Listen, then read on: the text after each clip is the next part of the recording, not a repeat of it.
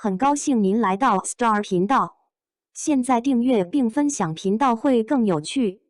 想到找赵丽颖来演反派的徐纪周，真是给了观众一个大惊喜。当逍遥播出到烟虚镜副本时，很多观众才后知后觉地意识到，原来这个阶段真正的情绪核心，并不完全在主角身上，而是在一个戏份并不算多的反派角色岁梦仙君。而当这个角色的饰演者是赵丽颖时，这份惊喜被无限放大。想到找赵丽颖客串，并且还是演反派的徐纪周，真是给了观众一个大惊喜啊！这样带着些许悲情色彩，让人恨不起来的反派，真的太适合赵丽颖了吧？即便只是一些定点镜头和一些情绪特写，没有大家所期待的那些惊艳打戏，但逍遥里的赵丽颖仍是给所有观众留下了深刻记忆点，让人不由得对导演徐纪周选角眼光竖起了大拇指。众所周知，赵丽颖出演逍遥是因为她和导演徐纪周早年间的一个约定，但就是这样一个为了完成过往约定的客串，却是让观众看到了完全不一样的赵丽颖，以至于是所有追完了《逍遥烟虚镜》副本的人，都会为赵丽颖饰演的反派岁梦仙君的下线不舍吧。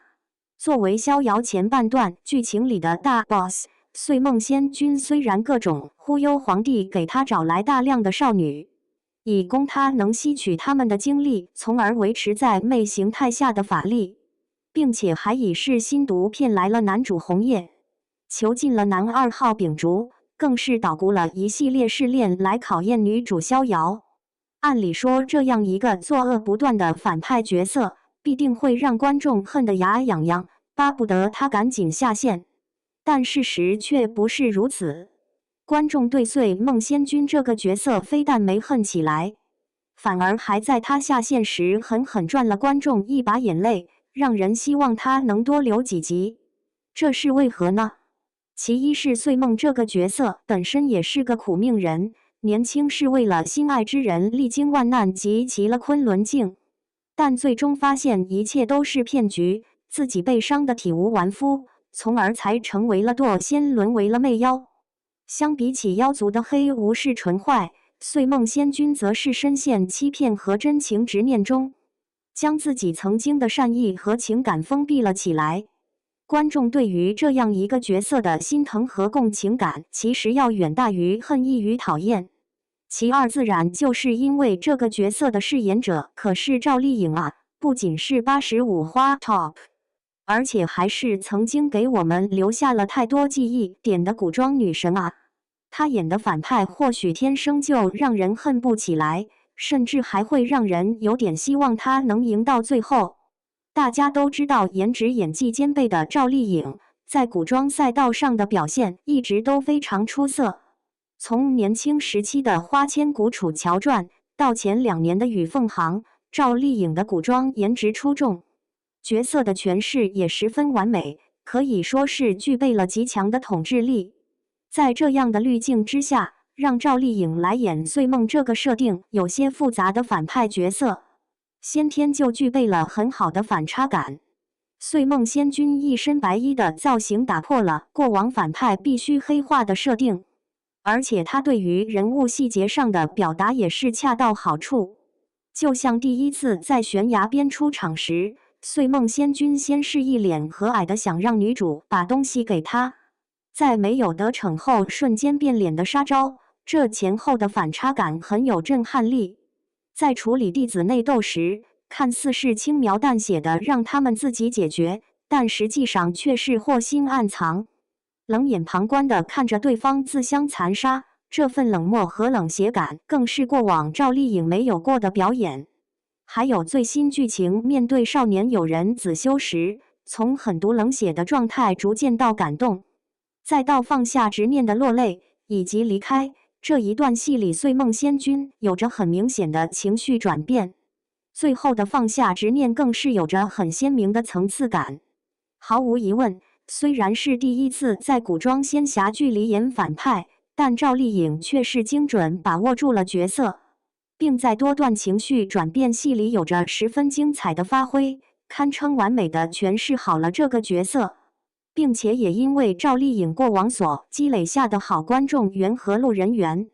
让大家自然而然地对这个角色有着一种特殊的滤镜，喜爱远远要大于讨厌。所以说嘛，逍遥的导演徐纪周想到找来赵丽颖演反派，这绝对是他给观众最大的惊喜。即便是戏份少得可怜，但几个出场的镜头，还有几段情绪戏的表达，就已经是足够深入人心，让人对穗梦这个角色有了深深的共情。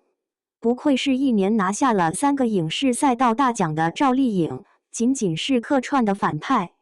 都能给我们带来如此多的惊喜，这或许连导演徐纪周自己都没想到吧。不得不说，演惯了女主，或者说是正面角色的赵丽颖，像在《逍遥》里演配角真的蛮给人惊喜感和新鲜感的。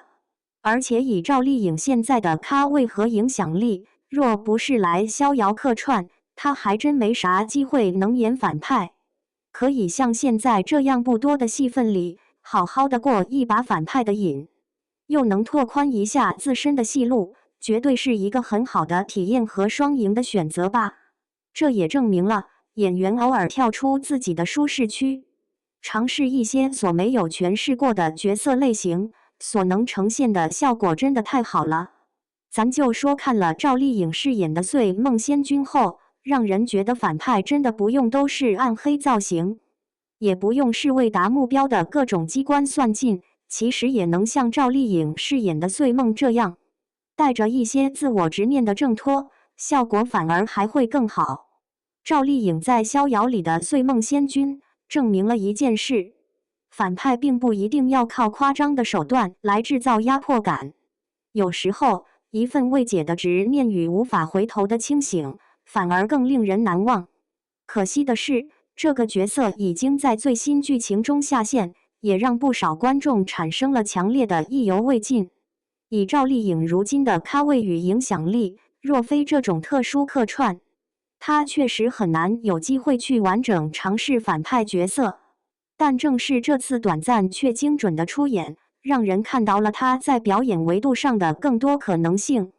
也再次证明演员偶尔跳出舒适区所带来的新鲜感与惊喜，远比重复安全选择更有价值。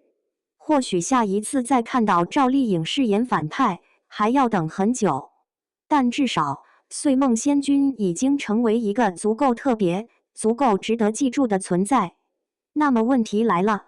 你希望赵丽颖未来多尝试反派角色吗？欢迎一起聊聊你的看法。